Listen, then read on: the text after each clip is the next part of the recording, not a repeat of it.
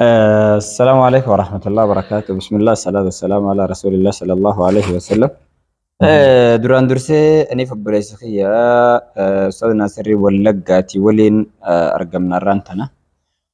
Guyyaa irraan tana Ramadaana guyyaa 12 jennee guyyaan akka yeroo dheeraatti eegaadhaa turre asii jalqabee hamma guyyaa 10 lakkoofsisee jira. Har'a guyyaa 10ffaa natti fakkaata. Kanaaf egaa kanuma kana keessatti galmeen namoota garaagaraa akkuma bifa wal addaatiin waa hedduutu jira. Akkasii. Isa kanaaf namni shorbaaf sambuusaa galmeessee jira. Akkasii. Kan digirii cabsee jira sani. Inni kaan immoo kan salaatu riikardii galmeessee jira. Akkasii. Maashaallah. Akkasii. Kan rafuun galmeesses numa jira hin dhabamu jechuudha. Numa jira. Kanaaf kana keessaa mee Naasir Wallaggaa maal galmeesse?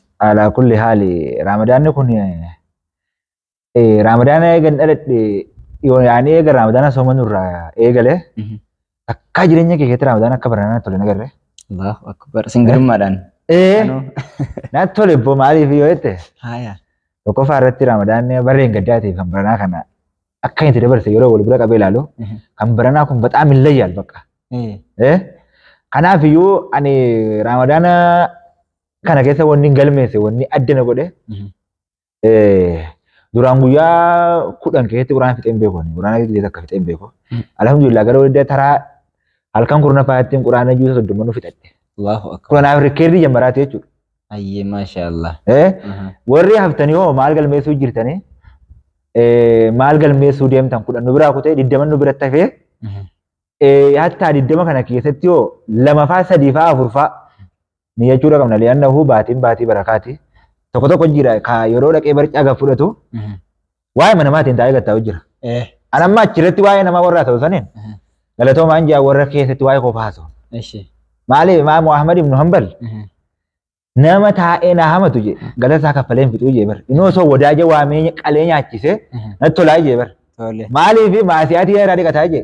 Kanaaf iyyuu warri teessanii na hamatan akka kiyyatti galanni keessan narratti guddaadha. Osoo halkan tokko waan bira dhuftanii isin fursiisee yoo sila Hedduu. natti bareedaadha achi barbaadeete. Egaa dhugaadha kan nama haasa'uudha amma maaliif jennaan keerii qabu san kiiloodhaan darzanaan si safara waan Naa kennu jira kanaaf iyyuu bara sana bara akkasii bara silaa isaan sanii namni ooyiruu nama oole tokko kasha qaba yookiin subaata qaba isa saniif misaa'ee kun jechuudha. Waan akkasii tolatti ooyruun naaf gaariidha. Tole isaan naa oolan kanarraa kan egaa waan an kennamne naa kennanii mire yoo ta'anii na haasa'anii mire alaa kullee hin argamu carraan kuni ammallee jabaadhaa itti fufaa. akkas fufaa jennaan gaa waan gaariidha jechuun anallee namni haasa'uun dhaba baranumaa. Gabaarre ati warra itti fufii halkan tokko kottaa fa'aa isin fursiifna. Garuu jazaakumullah jechuun hin ta'u. Itti fufaa ta'atti. Itti fufaadha. Waan gaariidha. Kanaaf egaa Ramadaana kana keessa anis waan hin galmeessan jira sila abbaa nus kiiloo abbaa kiiloo waan dalagate dalagame kurni duraa kute. Akkasimi. Kutee kun irra. Akkasi baarakallahu lana fi ashri wasat jennaani. Ay kurna jidduu keessa rabbi barakaanu haa kaahuu aniif isinillee waliin jecha inshallah. Jiddumaan egaa hafuura baafannee walitti dachaan hin fagaatina. Daawwattoota keenya kabajamoo fi jaallatamoo walitti jirra. Maaltu jira jennaan gartee egaa mee Ustaad Naasir. Ayyee. Maaltu jira beektaa? Ramadaana kana keessa sagalee maalii dhaga'utu si gammachiisa? Tokkoffaa irratti Ramadaana kana keessa wanni adda natti godhu yeroo galgala uummanni wal gahee eessa deemta yoo jedhani taraawii maqaa himata bar namni hundi. Li'annahu kana keessa maaltu jira? Wahdaaniyyaa Islaamaa kana keessa jira. Alaa kulli haal walitti qabama namaa kana keessa hoo nama qalbiin gallaaleef maaltu jira jennaan tazkiiran guyyaa maashar akkasitti walitti qabamnaa namuu har'a ka dhufees dhaabbate kana guyyaa borii sana galata galfamaa. Ati walumaa galatti santu si gammachiisaa jechuudha. Santu na gammachiisa. Walitti qabama galgala taraawwiin na gammachiisa jechuudha. Yeroo nam taraa asirratti mudannoo tokko kan qaba ijoollee takkatu jira illee waan san chaalenjii waan daleeduuf hin beeku. Interviyuu godhaa jira. Maaliiftu si gammachiisaa sala wantaa keessa jennaan sagalee azaana maghribaati.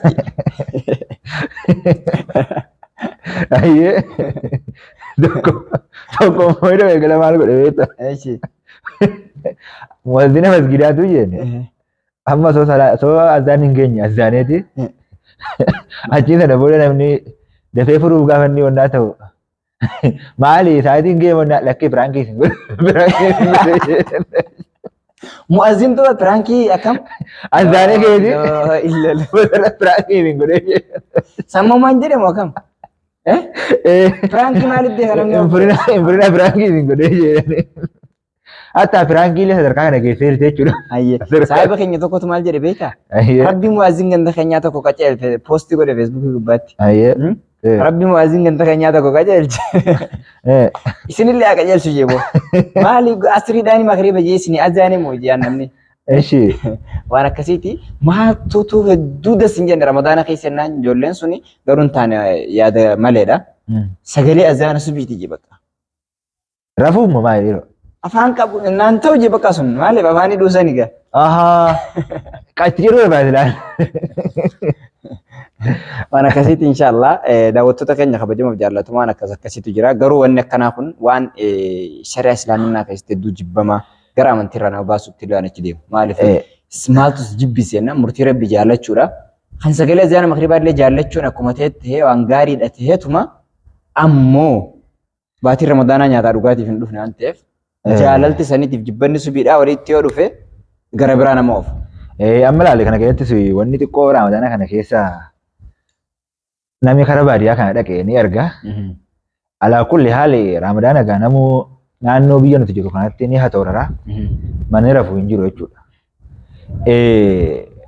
Tokko tokko jira nama ramadaanni kun akkuma akka harkaa wal ta'e. Maaliin beekaa halkan kana deemanii silaa bakka du'aa itti qabamu jennaan warra ganda dubaraatti dhaqee qabamu dardara keenya warra baadiyyaa. Ilaha illallah. Ni jira bara mudannoon kun hin banne. Khatar azim. Hin banne bara mudannoon kun ni jira. Anamma zabana tokko niin beeka karaa asiin karaa kombolchaa kanatti baadiyyaatti namni silaa dargaggoo kana walitti qabna deemne kaarra si finnee masgida geessine bordaqee mana intalaatti qaba mana warra dubaraatti hatooraraa. Eeshi. Alaa kulli haala wanni kun akkamitti ilaalama silaasin biratti. Allahu akbar. Jechuun jii ramadaanaa wannummaan ji'a kaan addatee hojii akka namni khayrii oomishatuu fi akka balaa hundarraa ifee guudha. Balaan irra caaltu jechuudha. Tergaman rabbi irraan isin sodaadha jaan gahiyyaa ganan deeme wanni sirraa sodaadha dhalaadha jaan jechuudha. Akkasii. Kanaaf waan kanarraa ifee guudha. Hedduu barbaachisaadha. Qophii keenya ammaa asumarratti xumurre bareedaadha fakkaata. Wassalaamu alaikum warahmatullahi wabarakatuh. Amma qophii biraatti walitti deebi'aa nutti nagaan nuuf tura.